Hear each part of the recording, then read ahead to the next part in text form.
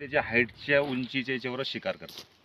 2 ते 3 फुटाची उंचीची शिकार करतात. लहान मुलांना सांभाळायचं. बरं सर, पाणी भरणार जे आता जात आहे शेतकरी समजा समजा रात्रीच्या तुम्ही वेळेस, गाणं लावलं समजा तर कदाचित, त्याला बचाव करण्यासाठी काय काय उपाययोजना हा, करावं तर लागेल? त्याच्या उपाययोजना हेच आहे आपल्याला का बाबा आपण वाफाला हे करतो तर चालता फिरता थोडंसं खकारणं किंवा दांगडू करणं, हा हुकल, म्हणजे जेणेकरून त्या माणसाला हे होऊन जाईल, त्या बिबट्याला आभास होईल का कोणीतरी मनुष्य येतोय, तो आपली जागा हा चेंज करून टाकतो. तो काही तर कोणी माणसाचा भास होतोय बा, किंवा मोबाईलवरती गाणे लावणे.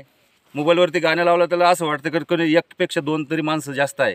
भजन वगैरे कीर्तन लावतात, जसं की 4-5 माणसाचा आवाज येतो ना त्या भजन गाण्यामध्ये, तर असं वाटतं की ते 4-5 माणसं येतो, तो आपली जागा दिशा चेंज करून घेतो. तो तर शक्यतो आपल्या जनावर याच्यावर अटॅक माणसावर करतच नाही तो, कारण तिची शिकार मी तुम्हाला पहिलेच बोललो की ते 2 ते 3 फुटाच्या अंतरावरती तिची शिकार राहते.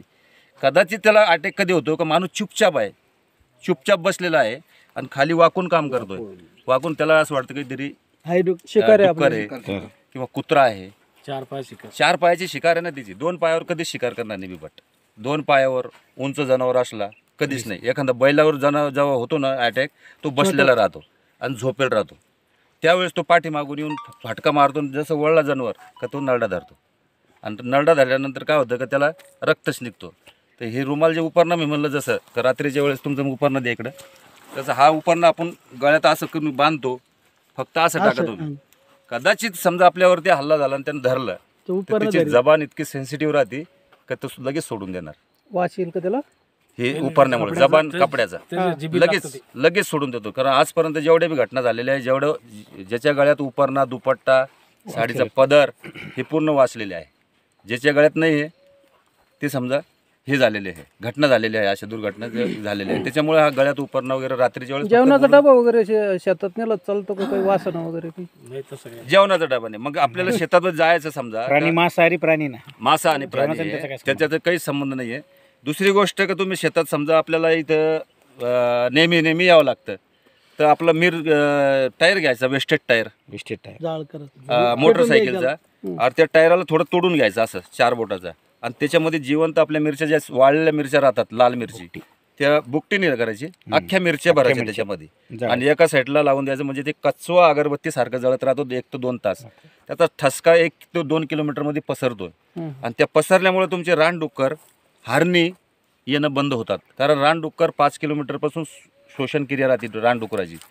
म्हणजे आपण काहीतरी मक्का पेरले, काहीतरी पेरलं समजा, त्या वासाने ते रानडुकरं येतात, आणि रानडुकरामुळे काय होतं, हा पाठीमागं त्यांच्या शिकारीसाठी येतो, खाद्यासाठी. त्यांच्या रानडुक्कर किंवा कुत्रे, भटकी कुत्रे यांच्यासाठी हा शिकारीसाठी येतो, आणि त्याच्यामुळे तो जवळ येतो. आणि माणूस कदाचित कामाला लागला का खाली वाकून आलं की त्यावेळेसच अटॅक होतो. पण अटॅकच्या अगोदर बचाव, कारण तो वन्य प्राणी कितीतरी म्हणला तर मुक्क जनावर आहे, तो समजू शकत नाही.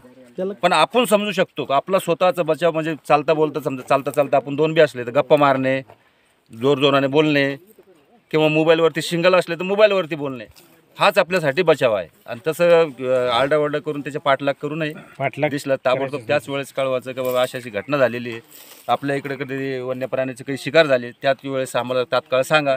त्यावेळेस आपण ट्रॅप कॅमेरे वगैरे काहीतरी असे लावू शकतो. कारण पिंजरा लावले शक्य राहत नाही, कारण पिंजरा लावल्यानंतर नागपूरला त्याचा प्रस्ताव पाठवावा लागतं, आणि नागपूरला पाठवल्यानंतर तिथून जेव्हा परमिशन येईल, त्या ठिकाणी काय घटना झाल्या याच्यावर विचार केला जातो शासनाचा, आणि त्यावेळेसच ते आपल्याला परमिशन देतात. परमिशन दिलं तरी ते जोपर्यंत पिंजरा त्या ठिकाणी ठेवलेला आहे, शेतकरीला वावरता येत नाही, काम करता येत नाही. 1 किलोमीटरच्या अंतरापर्यंत तिथं मनुष्याला जाता येत नाही. आणि पिंजरा लावला आणि कदाचित त्या ठिकाणी काही घटना झाली, कारण पिंजरा लावताना आम्ही पूर्ण गावात दौंडी वगैरे याच्यामुळे सांगतो का त्या ठिकाणी क्षेत्रामध्ये पिंजरा लावलेला आहे, जाऊ नये. जेणेकरून काही घटना झाली तर शासन जिम्मेदार राहत नाही. त्याच्यासाठी पिंजऱ्याचा आपण हेच नाही विषय करायचा, फक्त आपला बचाव, चालता पुरतं बोलणं करणे, हेच आपलं. त्याच्यामध्ये अधिक काळ एका जागेवर नाही राहू शकत तो, त्याच्यामुळे चिंता करण्याचं की कारण कारण आपलं एवढं क्षेत्र असं ऊसाचं इथं नाही, कारण तो टाकळी भाग, हातनूर भाग ह्या भागाला जिथं पाण्याचं जास्त क्षेत्र आहे बाजूला, त्या ठिकाणी खाली होती याच्या अगोदर. इथं काय केळीची बाग नाही, इथं काय जास्त ऊस नाही.